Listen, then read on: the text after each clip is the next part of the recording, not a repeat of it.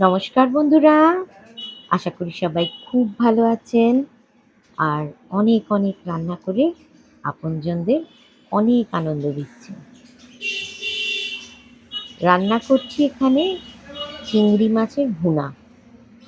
খুব সহজ পদ্ধতি, একদম যারা নতুন সবে খুন্তি ধরেছেন এরকম যারা রান্না শিখছেন, রান্না করতে শুরু করেছেন, তারাও এই রান্নাটা খুব সহজে করে নিতে পারবেন।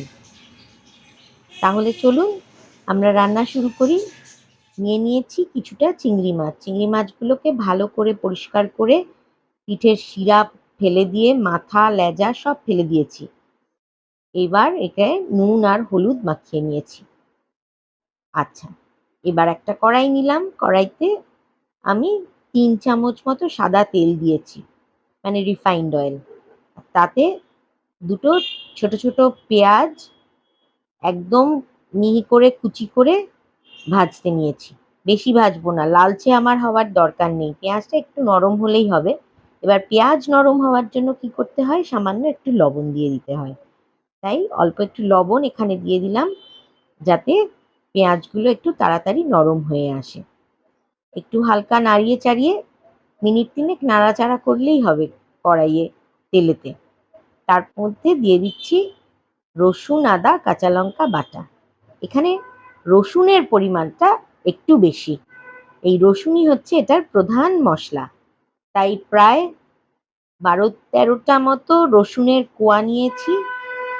আর খানিকটা আদা, মানে ১ ইঞ্চি মতো আদা, আর ৭-৮টা কাঁচা লঙ্কা নিয়েছি। একটু ঝাল ঝাল না হলে ভুনা ঠিক ভালো লাগে না, তাই জন্যে একটু লঙ্কাটার পরিমাণ বেশি। তবে যারা ঝাল কম খান তারা অবশ্যই কম ঝাল দেবেন।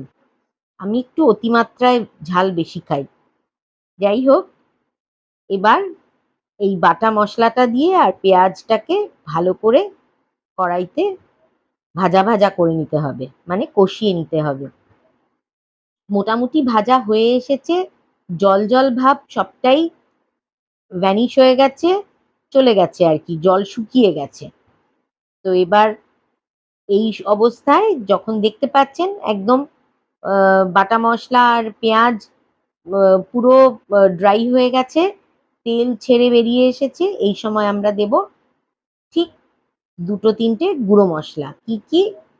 আমি এখানে দিয়েছি 1/4 টিস্পুন পরিমাণের হলুদ গুঁড়ো, আর দিয়েছি 1/2 টিস্পুন লঙ্কার গুঁড়ো, আর দিয়েছি 1/2 টিস্পুন কাশ্মীরি লঙ্কার গুঁড়ো, সেটা রঙের জন্য, আর ঝালের জন্য লঙ্কার গুঁড়ো। ব্যাস, এই আমাদের মশলা। আর কোনো মশলা এখানে লাগবে না। এবার এটা ভালো করে একটু কষিয়ে নেব। একদম ড্রাই মশলা তো, বাটা মশলা নয়, তাই জন্যে একটু জল দিয়ে নিতে হবে। তো ওই যে ব্লেন্ডারের বাটিতে আমি আদা, কাঁচা লঙ্কা, রসুন বেটেছিলাম, ওর গায়ে যে মশলাটুকু লেগে লেগেছিল সেইটা একটু জল দিয়ে ধুয়ে কড়াইতে দিয়ে দিলাম। সেটি ওতেই আমাদের জলের কাজ হয়ে যাবে। অল্প, এই 1/4 কাপ পরিমাণের দিলেই হবে।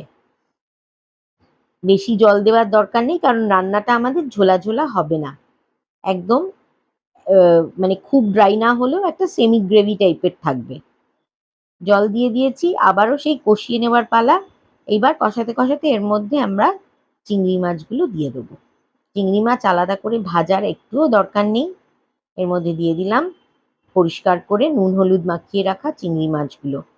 এবার চিংড়ি মাছ দিয়েই এই মশলাটা একটু নাড়াচাড়া করে আমরা ঢাকা দিয়ে দেব। তাতে কি হবে, চিংড়ি মাছগুলো নরম থাকবে আর একদম জুসি থাকবে। ভেতরে মশলাটা যাবে, তেলটা যাবে।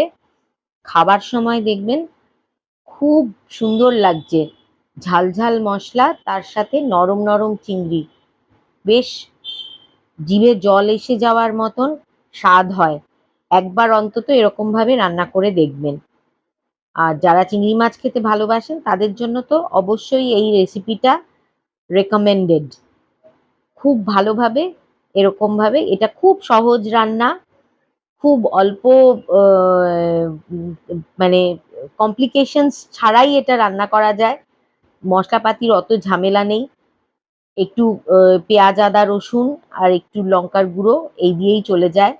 যদি কারুর লঙ্কার গুঁড়োয় আপত্তি থাকে কাঁচা লঙ্কা বাটাটাই একটু বেশি করে দিয়ে ঝাল ঝাল করে নেবেন। এইভাবেই খুব সুন্দর হয়ে যাবে। তখন হয়তো লাল রংটা হবে না, একটু সবজেটে রং হবে, একটু হলদেটে রং হবে। আচ্ছা, দিয়ে দিলাম সামান্য চিনি আর ভালো করে নাড়িয়ে এরপরে দিয়ে দিলাম কয়েকটা কাঁচা লঙ্কা। কাঁচা লঙ্কাটা আমি জাস্ট এমনি দিলাম যাতে গন্ধটা ওর মধ্যে থাকে, কাঁচা লঙ্কার গন্ধ খুব সুন্দর লাগে। আর রান্না আমাদের অলমোস্ট শেষ। এইভাবে তৈরি হয়ে গেল চিংড়ি মাছের ভুনা। আপনারা যারা দেখলেন ভিডিওটা আমার সাথে, তাদের কাছে অনুরোধ একটু আমার এই চ্যানেলটাকে সাবস্ক্রাইব করে নেবেন আর বন্ধু বান্ধবদের সঙ্গে শেয়ার করে নেবেন। কেমন লাগলো রেসিপি আমাকে কমেন্ট করে অবশ্যই জানাবেন। আর যারা রান্না করছেন তারাও জানাবেন কমেন্ট করে কেমন লাগলো। আমি আপনাদের গ্যারান্টি দিয়ে বলতে পারি যে এটা অপূর্ব খেতে। আপনারা যারা চিংড়ি ভালোবাসেন তারা এইভাবে অবশ্যই একদিন রান্না করে খাবেন এবং আপনজনদের খাওয়াবেন। দেখবেন সবাই আপনার প্রশংসায় পঞ্চমুখ এরকমভাবে চিংড়ি ভুনা রান্না করার জন্য। আজ তাহলে আসি, আপনারা খুব ভালো থাকবেন। আবার আসবো নতুন কোনো রান্না নিয়ে, আবার নতুন কোনো গল্প নিয়ে। অনেক অনেক ধন্যবাদ সাথে থাকার জন্য।